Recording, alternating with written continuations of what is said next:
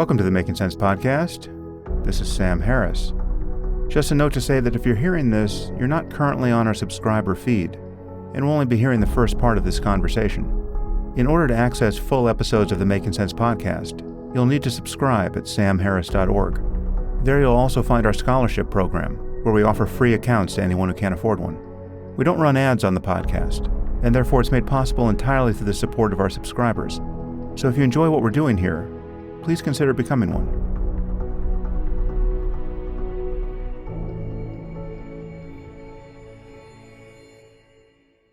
Well, did you see Trump's appearance at the National Association of Black Journalists? That was spectacular.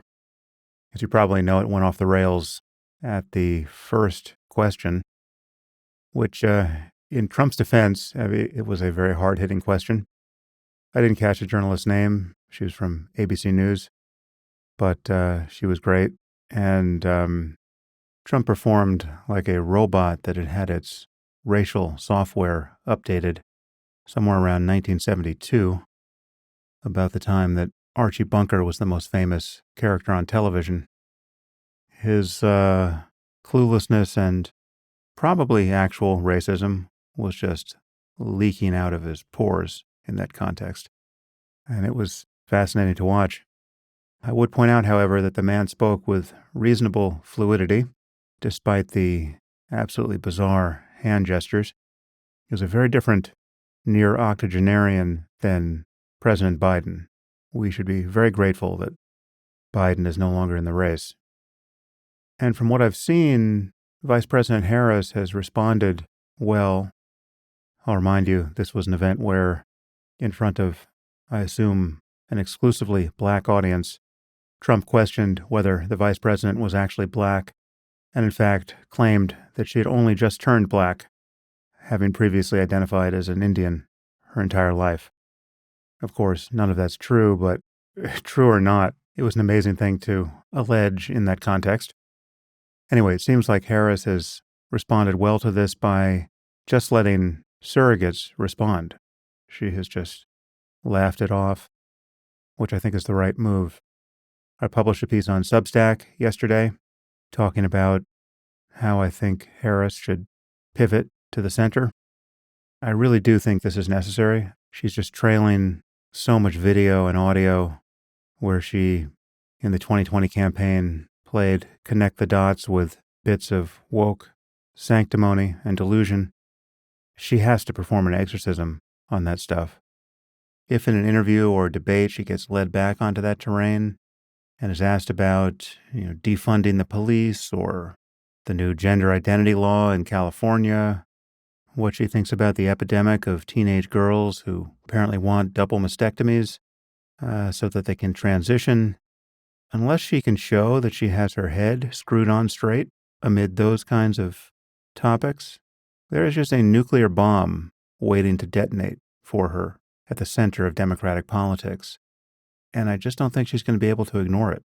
It'd be great if she could just talk about Trump's corruption and reproductive rights and gun control and uniting the country. But unless she finds a path through the minefield that was patiently laid by progressive fanatics on the far left of the Democratic Party that is sane and appears honest, it is just a disaster waiting to happen. So anyway, in this piece on Substack, I argue that it would be very easy to pivot here, and there's not much to explain, right? It does not need to seem like hypocrisy. And I even scripted how I think she could do that, for better or worse. Okay. And now for today's podcast. Today I'm speaking with Renee DiResta. Renee was the technical research manager at the Stanford Internet Observatory, and she generally focuses on the abuse of information technologies. Her work examines rumors and propaganda, and she's analyzed geopolitical campaigns created by foreign powers, such as Russia, China, and Iran. She worries about voting-related rumors and the integrity of our elections, health misinformation, and conspiracy theories. And she has been widely published in The Atlantic, Wired, Foreign Affairs, The New York Times, The Washington Post, Politico, and elsewhere. And she also has a new book, Invisible Rulers, The People Who Turn Lies into Reality. And we talk about the book. We discuss the state of our information landscape, the difference between influence and propaganda, shifts in communication technology, influencers and closed communities, the asymmetry of passion we see online and the illusion of consensus, the troublesome unwillingness to criticize one's own side, audience capture, what we should have learned from the COVID pandemic, what is unique about vaccines, Renee's work at the Stanford Internet Observatory, her experience of being smeared by Michael Schellenberger and Matt Taibbi, Elon and the Twitter files, the false analogy of social media as a digital public square, the imagined censorship industrial complex, the 2024 presidential election, and other topics. And now I bring you Renee DiResta.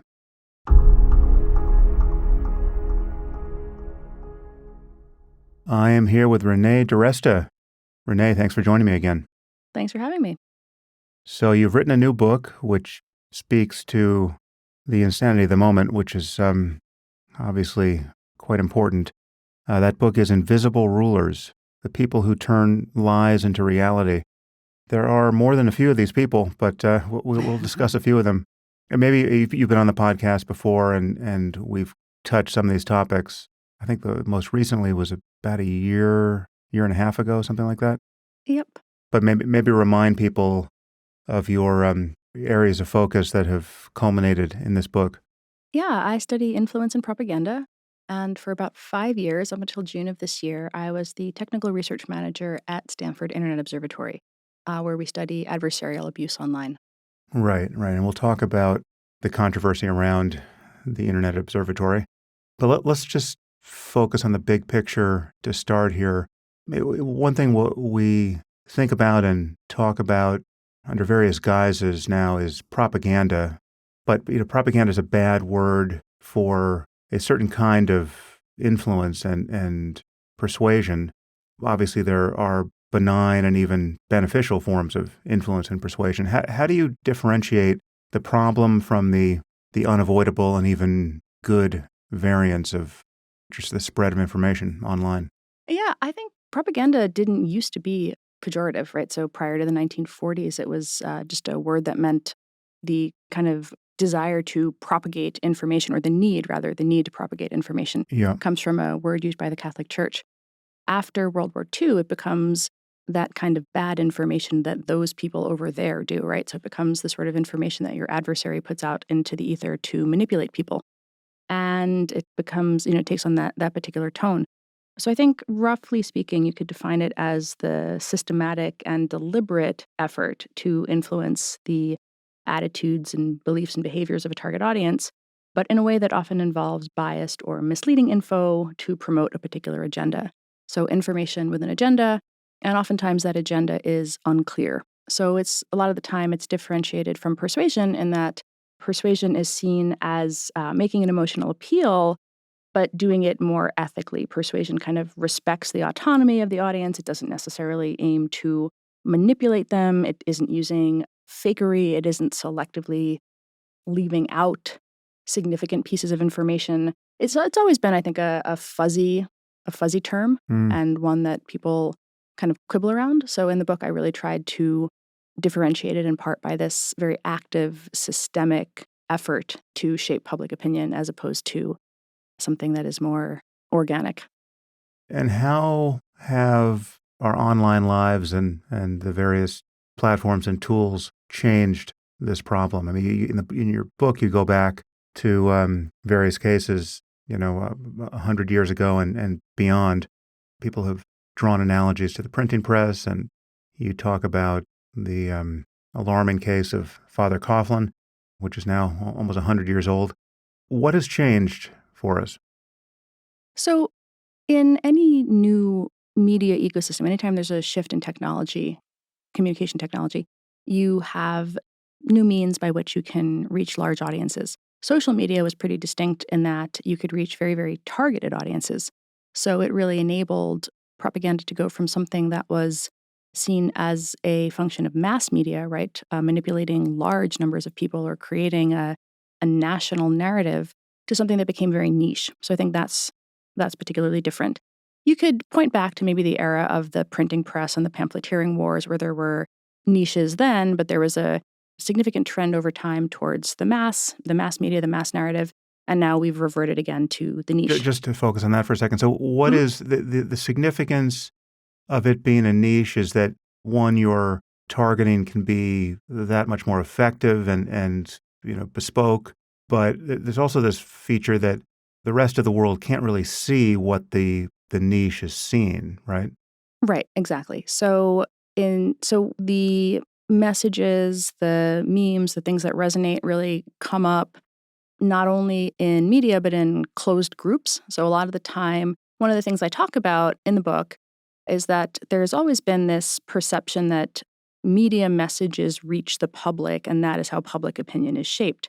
And that's actually not really true, right? For a very, very long time, since the 1940s, we've had these research studies that show that the media reaches certain groups of people, and then those people, they're called opinion leaders, really sort of socialize and communicate with people who are like them in trusted communities, and that's how opinion is formed. So it's sort of moderated through these opinion leaders. This is called the two-step flow theory of communication, right, and sort of communication theory. And so there's that piece where it's not just that you've seen the thing somewhere, it's that your community accepts it. Your community is talking about it. You are talking about it with them. So the interesting piece about social media niches is that you have both the fragmentation of media, but you also have these closed communities that are global yet simultaneously niche, right? So there are people from all over the world in them. It's not people you know in real life. You are brought together because you share some sort of alignment. And then in those closed communities, you talk a lot about the media that you see in your ecosystem. So, almost like a double niche, if you will, right? You have the niche communicators, the niche influencers, the niche content producers, and then you also have out of the field of view or out of the broader, zeitgeist, if you will, you're kind of discussing the things that you see in the niche within the niche. And so that Mm. structure of social media is interesting both from a content perspective, but also from like how we form opinions and who we talk about things with. And then there's this effect where the niche suddenly becomes a perceived majority, even when in fact it remains a minority. You have this, and this is something you discuss in the book in various places, that this asymmetry of passion, which masquerades as consensus. And maybe you can say more about that. Yeah. So one of the things that I guess another thing that's fundamentally different now is that you have a very participatory environment, right? So we all can go out there and shape public opinion through our own posts and our own means of contribution. And one of the things that you see, and it starts to become very visible in 2015 on Twitter in particular, is that small groups of people who become very, very activated all decide, okay, on this day at this time, we're all going to talk about this thing, right? It's very, very coordinated in the early days. There were even apps that were made to help you do this. There was one called Thunderclap where you could register your social media accounts, and one kind of activist organization could essentially co-opt your social media account to send out the same message at Mm. the same time in hopes of triggering a trending algorithm, which makes it look like a whole lot of people are talking about something all at the same time. That's not necessarily actually a large number of people, it's just a large number of accounts. And one person can control thousands of accounts potentially. So you have this interesting phenomenon that happens where the perception of a majority opinion or a significant area of interest also becomes something that is a function of, algorithmic curation, surfacing content to people that makes it look like a much bigger deal than it actually is.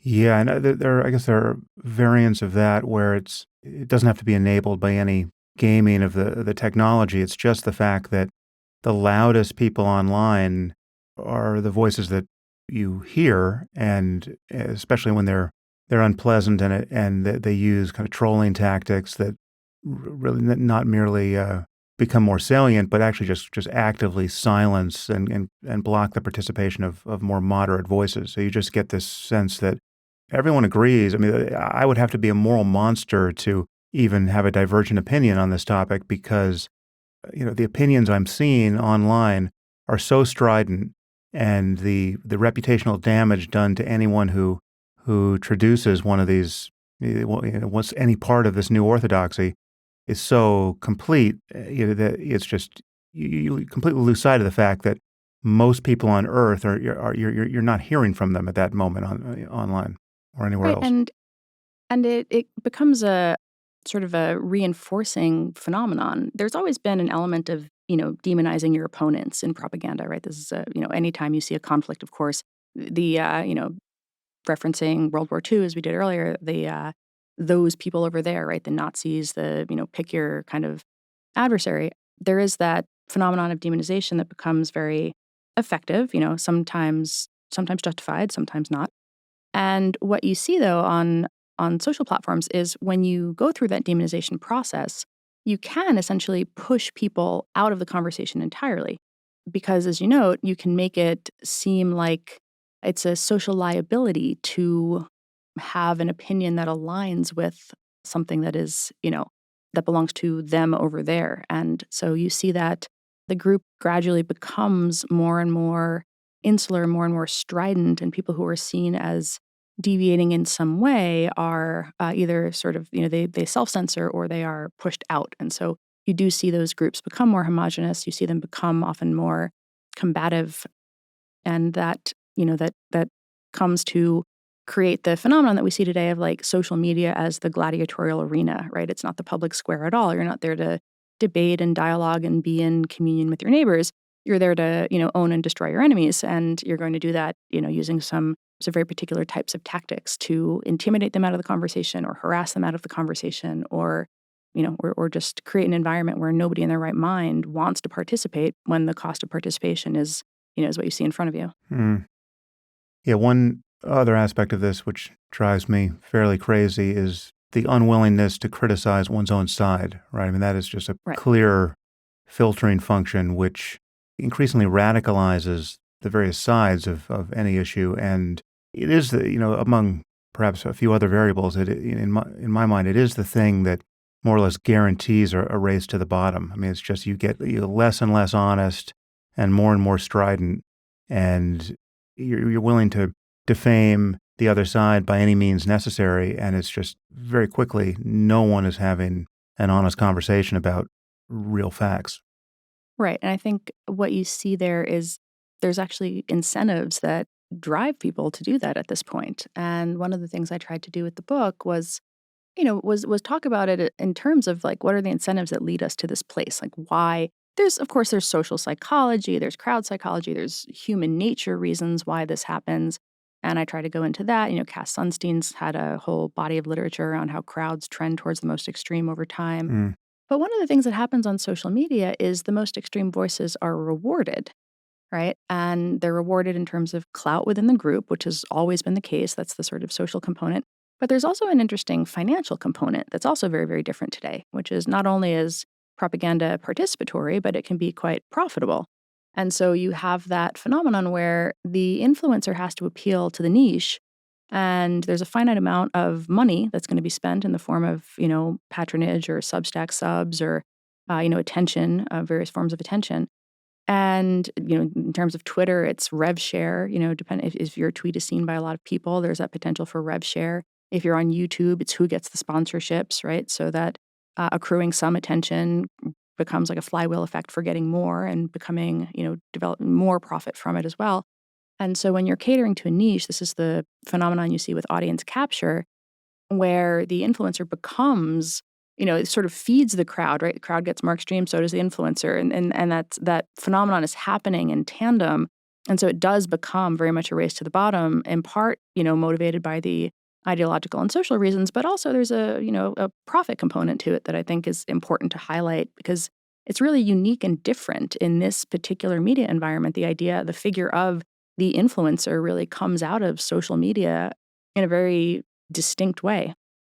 Yeah, this is a phrase which I think Eric Weinstein coined, which many of us use now, the phenomenon is, of audience capture, where a creator or influencer begins to notice signal in their audience that they cater to, and there's this effect of where you see people. I mean, we will probably talk about some of them. You see people who've just grown radicalized by the act of pandering to their own audience.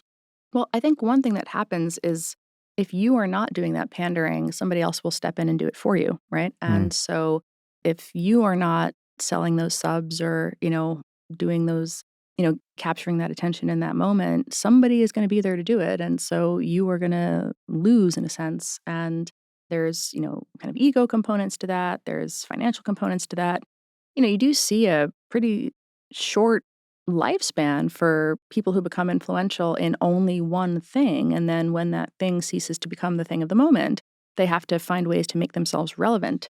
We saw this with, people who became highly influential during COVID as COVID has waned, right? As COVID is not the kind of all-encompassing attention grabber that it was in 2020 or even 2021, you see them kind of pivoting and going off into other adjacent kind of culture war-y areas where they can continue to monetize their audience, engage with their audience, and remain relevant to the public conversation.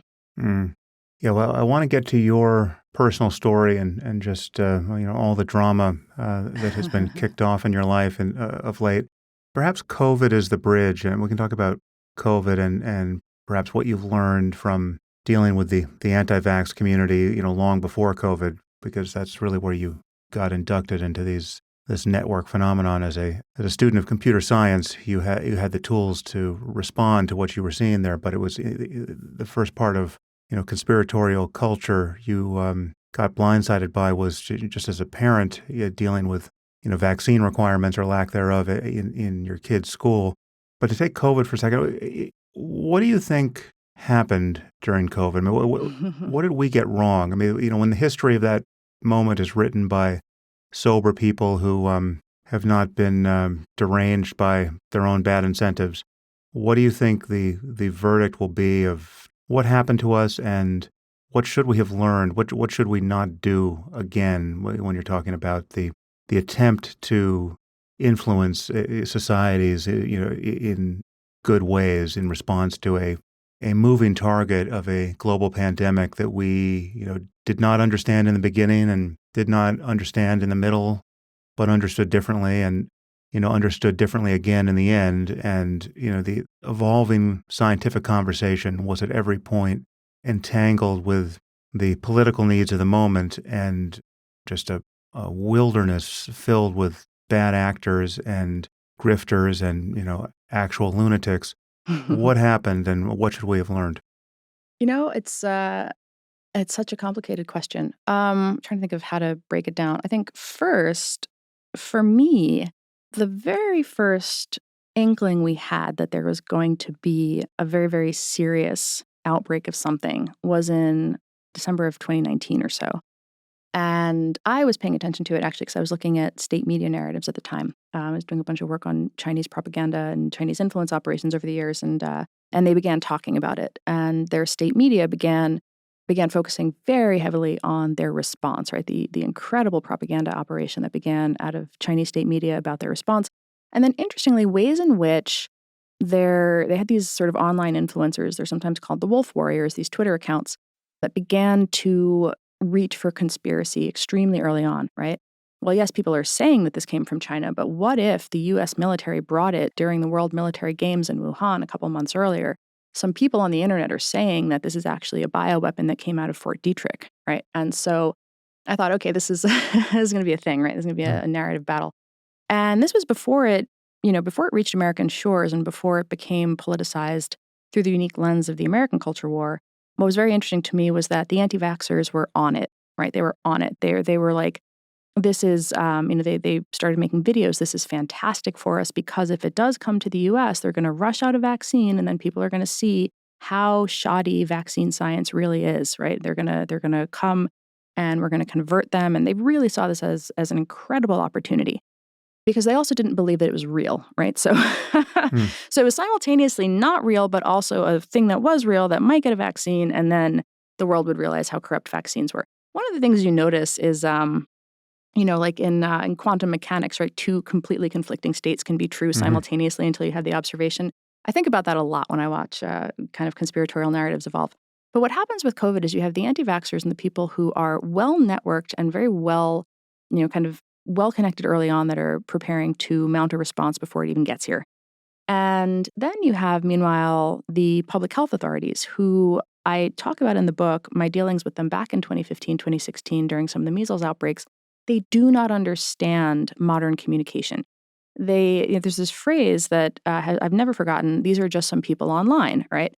And that was something Right. that was, sort of, it sounds very patronizing. What they meant by it, and it is very patronizing, of course, but what they meant by it was that, yes, there were anti-vaxxers. Yes, they had large followings, but ultimately people would vaccinate because they trusted their doctors. They trusted their experts. And it was, in the toss-up between experts and just some people online, they thought the experts would continue to win. And I did not, you know. Hmm. And I thought, okay, somebody at some point is going to be responsible for modernizing communication within this institution or any other institution. And that turned out not to be the case because there was nothing that was really urgent, right? That really would galvanize them into recognizing what they had to do until all of a sudden it was in front of them and live and they could not cope. And one of the ways that you saw this play out very early on was in the conversation about masks, where you had influential people with large followings on social media, Balaji comes to mind, saying, hey, this is a big deal. People should be wearing masks. People shouldn't be traveling, even as you don't see the health institutions kind of coming down on that side. They're reticent. They're not communicating. So you have a situation where there is an information void and it's being filled by people who, in this particular case, turn out, to be, we thought correct. Now the the Mhm. anti-maskers are arguing that they were never correct. But you see this incomplete information and nobody knows what is true. But in the meantime, the health officials are not speaking. The other people are. And so when they finally do come out and say, yes, you should be wearing masks, they appear to be leading from behind. So they take kind of a credibility hit. And one of the things that you see is scientists who are waiting until they're absolutely sure of something to come out with commentary, even as the conversation is moving, the public is forming opinions, the influencers are driving the narratives, and the health officials are still very much sitting on the sidelines. So that's one phenomenon. But then the other thing that you see is it quickly becomes politicized, right? This is an election year after all, but it's also, it the anti-vaccine movement did move from being kind of crunchy lefty crazies in the, Jenny McCarthy green our vaccines era to being much more of the, the sort of right-wing conspiracy theorists. That shift starts to happen around 2017. And Hmm. so it becomes an identity. And once it becomes an identity, you have influencers who politicize the vaccine, who politicize the treatments, and everything becomes adversarial. You have to be communicating about how evil and terrible the other side is, and that becomes the sort of dominant means of engaging. There is always some form of aggrievement, there is always some complaint. And so you have both real institutional problems, real institutional shortfalls, and then engineered and exacerbated anger and aggrievement at institutions because it is profitable and attention, provides attention to the people who become the contrarians who are offering an alternative point of view. They begin to develop large followings and then they double down by constantly implying that anything that comes out of an institutional communication is somehow compromised. And moreover, any effort to surface good information and downrank bad information is some sort of horrific act of censorship. So that becomes part of the discourse around that time as well. Yeah, that's just a larger point we may come back to, but I mean, perhaps we should just touch it briefly now. We're going to talk a lot about the reaction to perceived acts of censorship, but one almost never hears the people who are most exercised about this issue entertain the question, should the government or should institutions try to amplify any message preferentially under any conditions, right? I mean, here you have the condition of a global pandemic in which it is believed that millions will die, very, very likely, if we don't get our act together, or many more millions will die than in fact will die unnecessarily if we don't get our act together. And the tacit assumption of all of these people for whom the Twitter files is the biggest story of the decade is that any attempt to steer the conversation, any attempt to flag misinformation, any attempt to amplify genuine signal and deprecate actual noise is sinister, right? No one can be trusted to do that. And that is, I think if you take 30 seconds to think about that, that as an algorithm for dealing with any possible global emergency, that is just about the stupidest thing anyone has ever thought, right? So then what are we arguing about? We're arguing about specific cases of influence and whether or not they were ethically deployed, whether they in fact were, based on facts or misunderstandings. But it's a little bit like the claim to free speech absolutism online, of which, no one with a straight face can actually defend it when you look at the fact that, even a place like 4chan has to have a moderation policy. Right. Alex Jones, yes, Yeah. has one of the best, yeah. You point that out in your book. InfoWars has, I think you quote their terms of service, which are, as, seemingly normal as any other terms of service. Yeah. Right. Well, it's, there has to be some kind of, guardrails. And one of the ways that manifests, sometimes it's about, harassment and that sort of thing. There were, one of the things that was interesting about COVID was the rapidly evolving policies. And this is where you do see the platforms recognizing that, hey, this stuff is all going to be going viral on our site, and we're going to have to think about that. And it is treated in some ways, I think, by people who hadn't been following the conversation. It's treated as like a novel thing that just emerges with COVID, but it's actually not. And one of the reasons why in the book I try to draw the through line is that there had been, for example, a measles outbreak. And in Samoa, there had been a measles outbreak in Brooklyn. The one in Samoa killed about 85 kids. The one in Brooklyn hospitalized several hundred kids. And what you see is the platforms beginning to come up with policies for trying to up-level good health information very early on, right? It's not something that comes up during COVID. They build on the policies that they've pulled together for these other outbreaks and these other situations. And what they try to do is they try to amplify good information. And one of the things that's interesting about that, and I talk about in the book, having conversations with them about this. This was where the freedom of speech, not freedom of reach kind of model of thinking comes into play, which is, you allow these groups to stay on the platform. They're not taken down. But what you see the platforms do around these other outbreaks is they stop accepting ad dollars, right? They stop putting anti-vaccine targeting in their sort of list of targetable criteria. They no longer proactively recommend these groups. That was something that happened to me in 2015. 2014. I had a baby, and all of a sudden these anti-vaccine groups were being recommended to me, not because I searched for them, but because they were being proactively pushed. And so you see the platforms begin to think about, hey, ethically, what should we proactively amplify? Maybe this is not something we have to proactively amplify. If people want to search and go find it, they can, but we're not going to proactively boost it. So these are the sorts of frameworks and questions they've already been asking for 4 or 5 years prior to when COVID happens. But one thing that they constantly emphasize in conversations with, researchers like me is, unfortunately, the institutional health authorities produce really boring content. Nobody is picking it up and sharing it, right? Nobody is like, hey, this is a really great, PDF by the CDC. Let me go and boost it. That's not happening.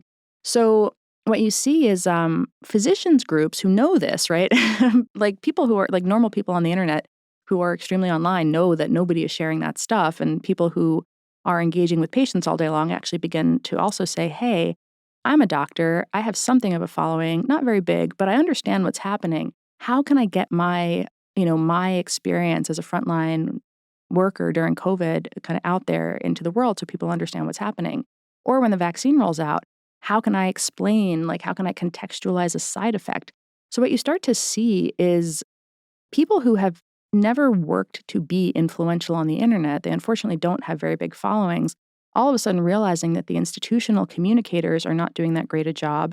The government is putting out messages, but the government is distrusted by, half the people at any given point in time in the US these days. So can they try to counterspeak? Can they try to put out content? And they do, and they are, but they're not getting any lift. They're not getting any amplification.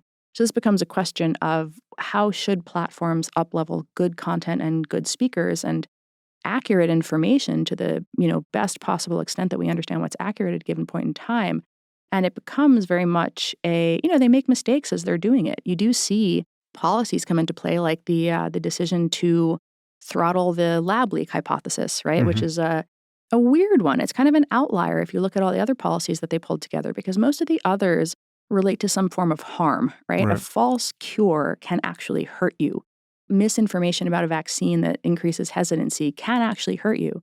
But the lab leak, like that one's sort of a, No, this like this this it's was just this fell not in a. into the woke bucket of, this is quasi racist, right? Yes, that Yeah, was how it was justified. But yeah, even so, it was one of these things where it was a perplexing choice, and unfortunately, then it became a cudgel to sort of undermine or to complain about every policy that they tried to implement. Many of which did mm, have, as you know, like very real reasons for existing. yeah, yeah. Is there something unique in your mind about vaccines here? 'Cause I mean, I just noticed that there's, I mean, maybe there are, activist groups around other categories of medical error that I'm just, or perceived medical error that I'm not aware of, but I don't see people get, I mean, this really does have a cultic, slash religious quality to it. I mean, this level of activism, advocacy, and immunity to any kind of, fact-based correction. And so, like, I mean, to take like a personal example, like, I think I've said this before on the podcast, like, I tried to take statins at one point and got side effects and then discovered that something like 5% of people just can't take statins because they get, muscle aches and they can, get torn Achilles tendons. And it's just, statins are great for millions and millions of people, but they really suck for about 5% of people who try them. And I'm in that group. But so having had that experience, it would never have occurred to me to have become an anti-statin activist, right? Or to find a group that could kind of ramify my personal concerns about statins. Was I harmed? And, was this experience, even if I had a torn an Achilles tendon, which I happily didn't, it would never have occurred to me to organize my life around the dangers of statins based on my personal, statin injury. It occurs to me now I have another example of this. I had, some hearing loss that just came out of nowhere about 20 years ago. There are all kinds of drugs that are ototoxic, right? I mean, perhaps I took a course of antibiotics or, some other drug that destroyed, some of the hair cells in my cochlea, right?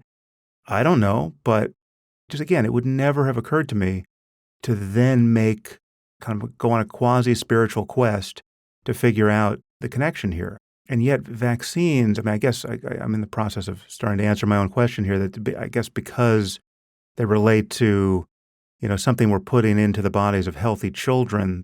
But I mean, even there are all kinds of interventions and drugs that children get exposed to that I just don't think draw this kind of energy. I mean, what do you have thoughts about this? So it is, I think, kids is a huge piece of it, right? Everybody, particularly after you've had a baby, you have first of all, you're deluged with information about how you should take care of the baby, how you should deliver the baby. The anti-epidural crew is, Hmm. is very much, you want to talk about people who make it their life's work to scream at you on the internet. Talk to anybody who's been in a, mom board and, Hmm. and is debating whether to have medication when they deliver or not. But the thing that's interesting is that anti-vaccine narratives are very old. They go back to the 1800s. The advent of variolation for smallpox, Hmm. right, is seen as something akin to witchcraft, right? You're taking, because it comes from like you're taking material from a cow, right? And you're sort of swabbing it, and it seems kind of gross, right? Yeah. So there's a lot of things that triggers that make people uncomfortable. There's a liberty component. Again, the idea that you should be compelled to do something for the public good. This is something that at various moments in history has been seen as something pro-social that we do to help our neighbor versus something that the authoritarian tyrants demand of us. There's some actually terrible stats coming out now about how Republicans feel about school vaccines and just the precipitous decline in support among people who have the strongest degree of support for Donald Trump. So very heavily correlated to that, and these sort of stats are just beginning to come out now as it's become part of political identity. Mm. But one of the things that happens, and I call it asymmetry of passion in the book, is that when you have people who sincerely believe that vaccines cause autism, and it is something that parents are very afraid of. So a lot of the narratives around vaccines connect it to autism, or to SIDS is the other big one, sudden infant death syndrome. And so it creates a degree of hesitancy because these are not small side effects. These are life-altering, potentially fatal, in the case of SIDS, risks that the anti-vaccine propagandists are telling you are taking when you don't need to. The argument is your baby is healthy. Why would you do this? So the cost of, the cost is what makes people very afraid, I think. And you have most people who go and go vaccinate, nothing happens, and they don't talk about the many, many, many Yeah. positive experiences or the How fun it neutral is not to get experiences. measles. Yeah. Right, exactly. And so what you hear instead is only the people who either do have a legitimate documented vaccine reaction, and that is, you have a higher chance of being struck by lightning, or things that they attribute to a vaccine themselves, all evidence to the contrary, like autism. And that narrative, even though it's been, debunked over and over and over again, people have to trust the debunkers, which means they have to trust the scientists or trust the health authorities. And as distrust in government and health authorities has increased, you're going to see, and we're already seeing, a rise of distrust in childhood immunizations as well. That's not rooted so much in the actual facts and evidence, but just in what is the information you're seeing and who have you decided is a trustworthy source.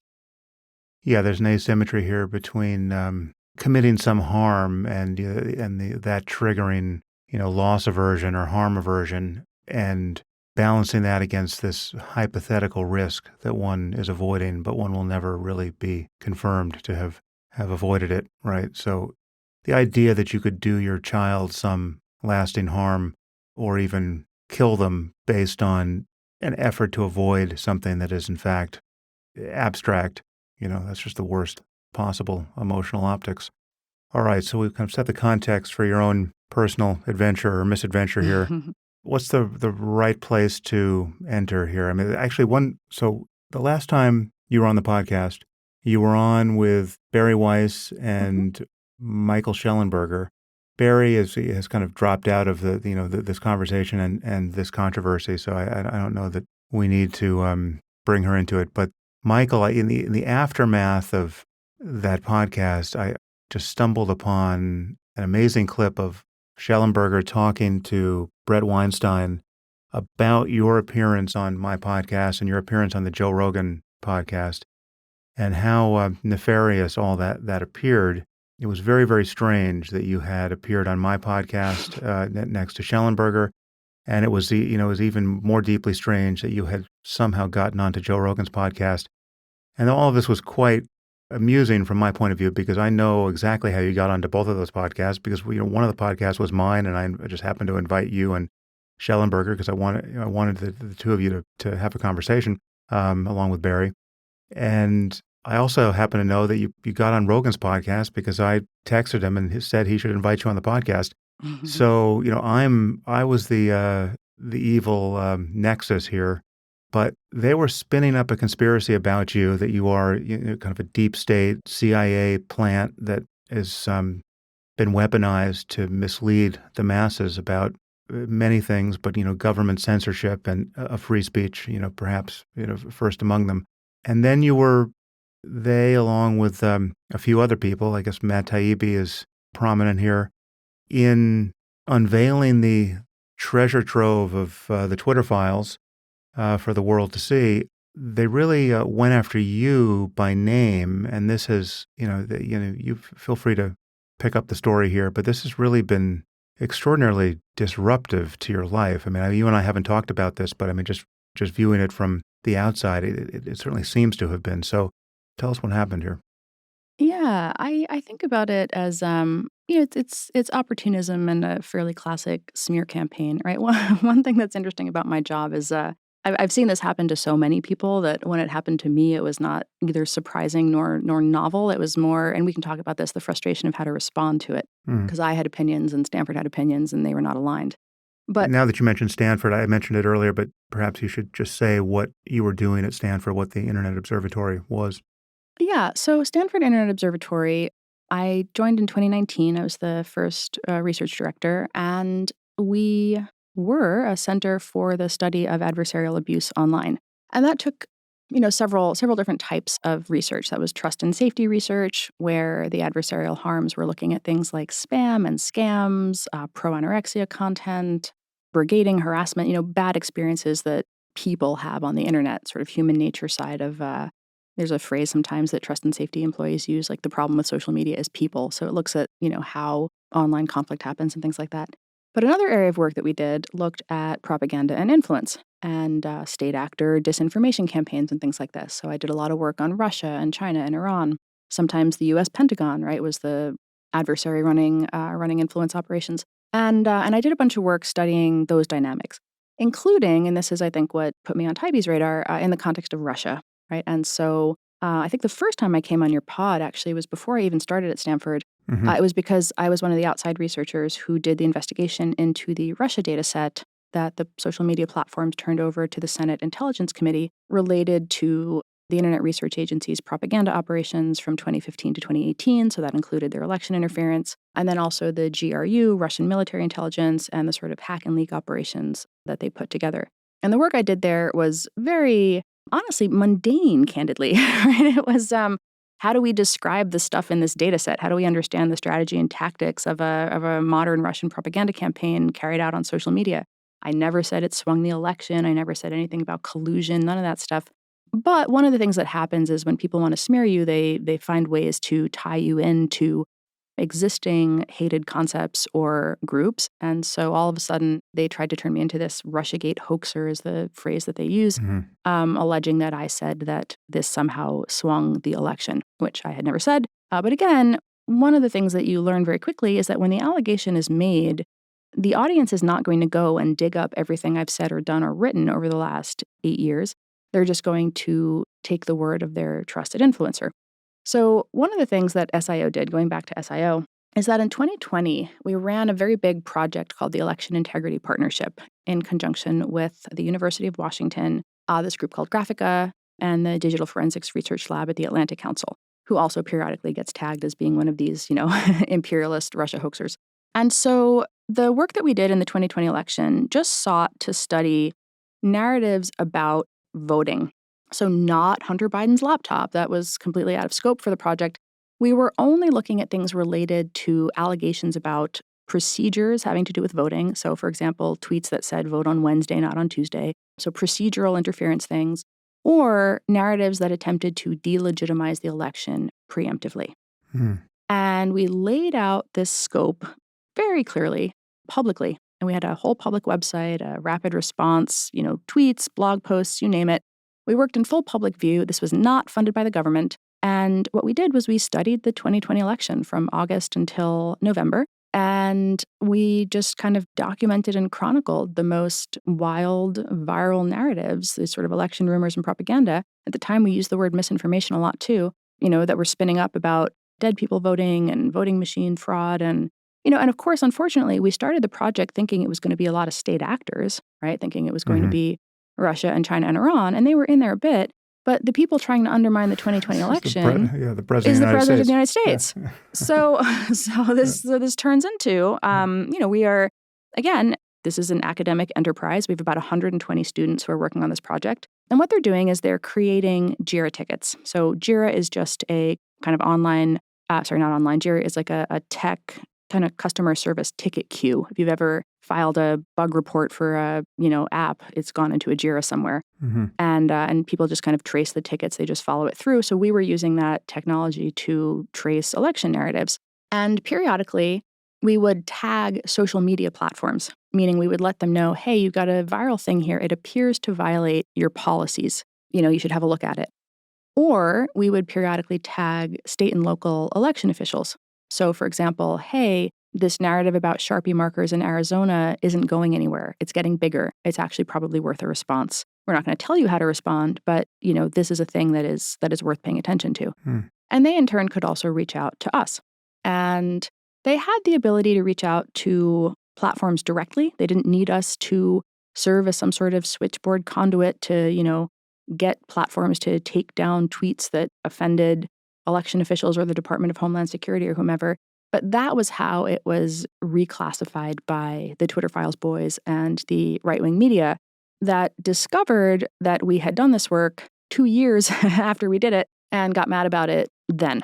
And this was around the time that the election fraud narratives and court cases and the Dominion lawsuits and all of the sort of big lie, right, the effort to actually delegitimize the election had kind of fallen away. They'd lost all of their court cases. There was no evidence that anything had been stolen. And so they turned to looking at us. And they reframed the project that we had done as being something that kind of cataloged and triaged and addressed election rumors and misinformation into something that had been a vast cabal-like effort to censor conservative speech. And what you start to see is this individual named Mike Benz, who connects with Tybee and Schellenberger ahead of their Twitter files testimony to Jim Jordan's committee. He begins to make these crazy allegations that we had somehow, used an AI censorship Death Star. I'm not making that up. That is a verbatim claim to mass censor preemptively entire classes and categories of narrative. And again, this is one of these things where if you stop and think for 30 seconds, the man is alleging that we somehow managed to censor the discussion about Sharpiegate and, Sharpie markers in Arizona, or the discussion about Dominion voting machines. I mean, these are things that anybody who paid even marginal attention to the narratives that went viral on social media about the 2020 election will remember. And that's because they were not censored at all. They were instead actually wildly viral.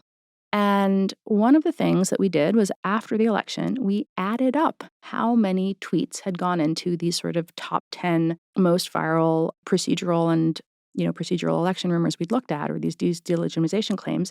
And the number that we arrived at was 22 million. So again, after the election, we do this analysis. We add up a bunch of numbers and we say, okay, there are about 22 million tweets related to these most viral election rumors.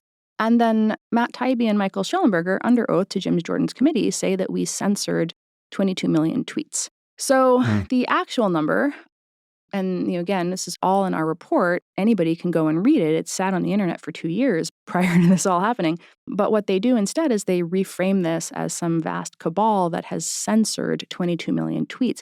No evidence is ever offered of this, mind you. There is no Twitter files dump in which they produce the list of the 22 million tweets. Elon Musk has never made the supposed 22 million tweets available to the public, nor has Schellenberger or Taibbi produced any actual emails in which we are requesting that this happen. But it doesn't actually matter at this point, right? Because they managed to sort of launder this through the right-wing media apparatus, and then more importantly, through a series of congressional hearings. And all of a sudden, the actual work that we did, just sort of studying these election rumors, becomes, along with the Hunter Biden laptop, they censored all of these things. So all of a sudden, we're also lumped into, Hunter Biden land, which is just a shibboleth, and that just kind of conveys this idea that we had something to do with that also, even though we never worked on it and never weighed in on it. So again, smearing by association is a very common tactic. It's just when it becomes, when it's not only internet lunatics that are doing this, but when it is the sitting, gavel-holding members of the United States Congress and attorneys general that are doing it, that's when you cross a line from, okay, this is an online smear campaign and that's, kind of a pain in the ass, but, cost of doing business, to now the American government has been weaponized against its own citizens to go on these crazy witch hunts based on nothing more than, something some yokel put out in a tweet. Yes, I want to echo a big picture point that you make in your book somewhere, I think explicitly, which is that what's happening here is that you have an academic institution and a group of people, most of whom are students, I think most of whom are undergraduates even, doing a project to study the spread of misinformation online entirely within the scope of their own free speech rights. And the product of that effort is of much greater concern to the people we're talking about, Matt Taibbi, Michael Schellenberger, this person, Mike Benz, who seems like a proper lunatic, and everyone else who's trailing in their wake, in Trumpistan. This is of a much greater concern to them than the actual attempt in plain view by the sitting president to steal an election. Right? I mean, that's how upside down this whole thing is. Well, the congressmen with the gavels who subpoena us and demand our documents are congressmen who voted not to certify the election. Right. The attorneys general who, begin to name check our undergraduate students in depositions, right? You can imagine what the internet does with that. These are attorneys generals who joined amicus briefs to overturn the Pennsylvania vote, right? To fight against the Pennsylvania vote alongside Ken Paxton in Texas, right? So you have, and then the people who then subsequently sue us, by the way, because that's the third part of this, which I can't really talk about because I'm under pending litigation now for a little over a year at this point. Stephen Miller and America First Legal sue us based on this, this allegation, this series of allegations. Again, evidence-free, baseless allegations. But again, the people suing us are people who also supported the big lie, right? So there is something that these entities have in common. It's not accidental. This is political retaliation. And I think that is a piece that, I found it a little bit frustrating that we did not emphasize that in our communication about what was happening.